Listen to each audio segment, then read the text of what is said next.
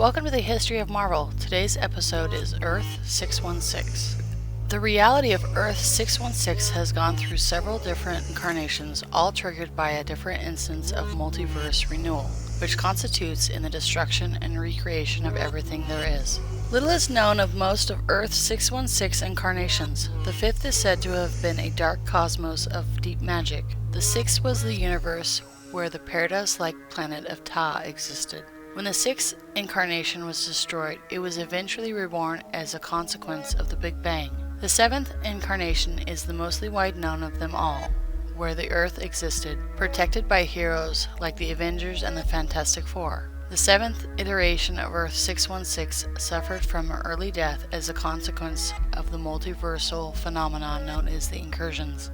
The intervention of Mr. Fantastic in its rebirth caused the eighth incarnation to be a direct continuation of the seventh, instead of being a completely new verse. Because of the abnormal nature of the most recent death and rebirth of the multiverse, some of the abstract entities argue that the current incarnation is still the seventh, while others claim it to be the eighth. It is from the creation of Galactus that we mark the beginning of the universe. The last survivor of a dead cosmos, he was transformed into the feared planet Devourer at the birth of the universe we know. Among the earliest races of beings to evolve and build mighty civilizations in the expanding new universe were the mysterious Celestials, the various races of the Elders of the universe. Another significant race to appear was that of the Watchers, who took upon themselves the task of observing the other races, but were sworn never to interfere with them. In time, there arose the Kree and the Skrulls, whose galactic empires were in conflict for millions of Earth years. But it was the enigmatic, nearly omnipotent Celestials who first took notice of the seemingly insignificant world we call Earth. The Celestials first arrived on Earth roughly 1 million years ago to experiment on humanity's ancestors. They created two races, godlike Eternals and the grotesque Deviants, while giving mankind's forebears the genetic potential to one day produce super-powered beings. 25,000 years ago, the Kree performed similar experiments on primitive humans, who,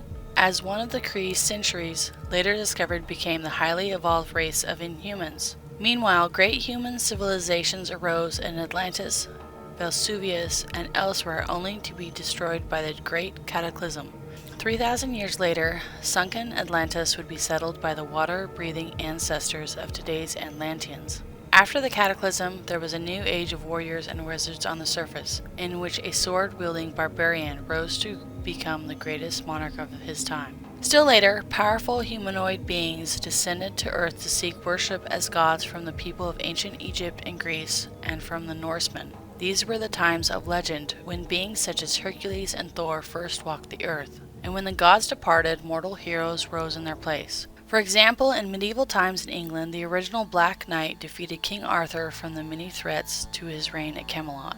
More centuries passed, then new heroes arose in the 19th century American West. The adventures of Kid Colt, the Rawhead Kid, and the original Knight Rider and the Two-Gun Kid became legends. With World War I came the first costumed heroes, but there were only a few, like the first Union Jack, and their careers ended with the war. In World War II, Sergeant Nick Fury and his Howling Commandos, at the foremost of millions of other valiant Allied soldiers, proved that men needed no superpowers to solidly defeat Nazi menaces. But it was during World War II the first superhuman-powered costume superheroes appeared.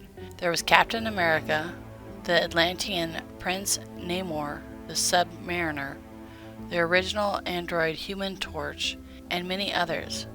Their victories over the Axis powers thrilled the world, but these new heroes disappeared after the war's end. The age of superhero had not yet truly arrived, but the lives of certain individuals were moved in fateful directions, and that age drew ever nearer. The world had lost sight of Captain America, whom cold seas had placed into suspended animations, to be found and worshipped by Eskimos. Having no idea who he was, supposed him a deity of some sort. His ex-partner, the Submariner, had been deprived of his memory by an adversary, and was now no more than pathetic derelict living on the streets of New York. Nick Fury had become a colonel assigned to the CIA, but he longed to get out from behind a desk and to plunge back into action. Soon the CIA would send inventor Tony Stark on a secret mission to a conflict in Afghanistan. But for now, Stark reveled in his life as a playboy, free of the burdens he will bear when he becomes Iron Man. Another scientist, Dr. Robert Bruce Banner, finds himself laboring for the government on a secret test of a new weapon he has invented, the Gamma Bomb, that will turn him into the monstrous Hulk. Still another scientist, Dr. Henry Pym, is now ready to test whether certain subatomic particles he has discovered can shrink a human being inside. Dr. Don Blake feels a sudden desire to take a vacation in Norway. Although he does not know it, it is there he will reclaim his true form, that of Thor, god of thunder. Professor Charles Xavier has rarely traveled far from his mansion since he was crippled years before. For some time now, he has tutored Jean Grey in using her powers.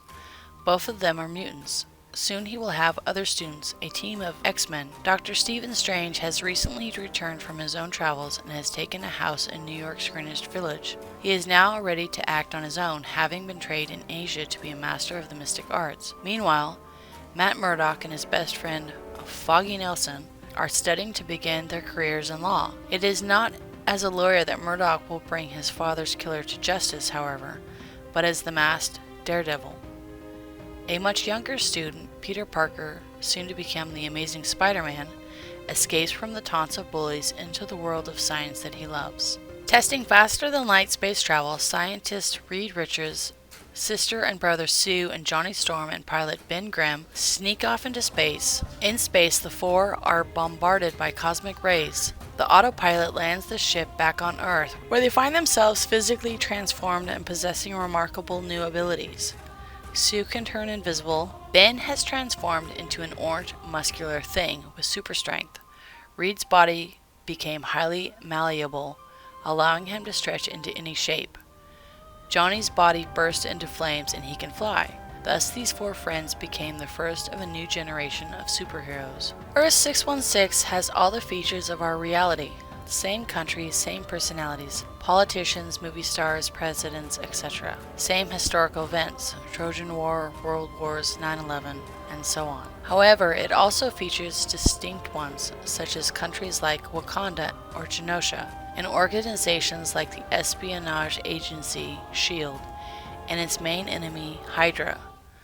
Earth-616 is the mainstream continuity of the Marvel Universe and where most of Marvel's comics take place. Earth-616's major heroes, the ones who get involved in most of the important events, are the Amazing Spider-Man, the Invincible Iron Man, Doctor Strange, the Sorcerer Supreme, Daredevil, the Man Without Fear, the Mighty Thor, the Incredible Hulk, the Fantastic Four, SHIELD's director Nick Fury, and Captain America. The Avengers and the X-Men are the biggest team players, although the memberships of both groups have changed often. The Avengers have included most of Earth-616's major heroes as members at one time or another. The X-Men consists of various mutants, such as Wolverine, Storm, and Phoenix, brought together by Professor X. The Defenders were an ad hoc team formed by Doctor Strange to help him deal with major menaces to the world, often including the Hulk, the Submariner, the Silver Surfer, and various other heroes, with his most recent incarnation consisting of street-level heroes.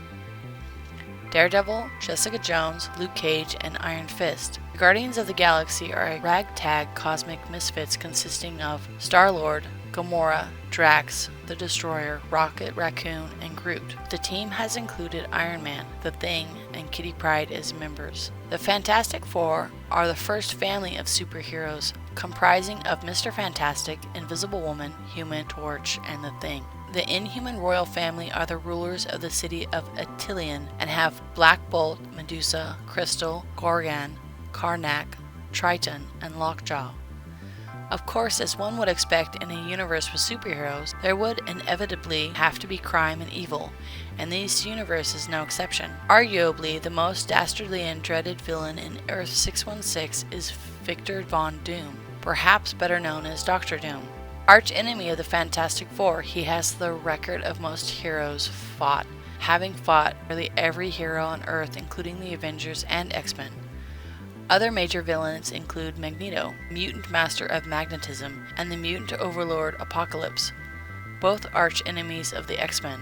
Corrupt businessman Norman Osborn, the Green Goblin. Dr. Otto Octavius, aka Dr. Octopus, and Venom are all top arch-enemies of Spider-Man. Victor Creed, Sabretooth, arch-enemy of X-Men member Wolverine. The Kingpin of Crime, Wilson Fisk, and the mercenary Bullseye are arch-enemies of Daredevil. Samuel Stearns, aka the Leader, and Emil Blonsky, the gamma-irradiated monster known as the Abomination, who are arch-enemies of the Incredible Hulk. The dreaded Dormammu and Baron Mordo, enemies of Doctor Strange.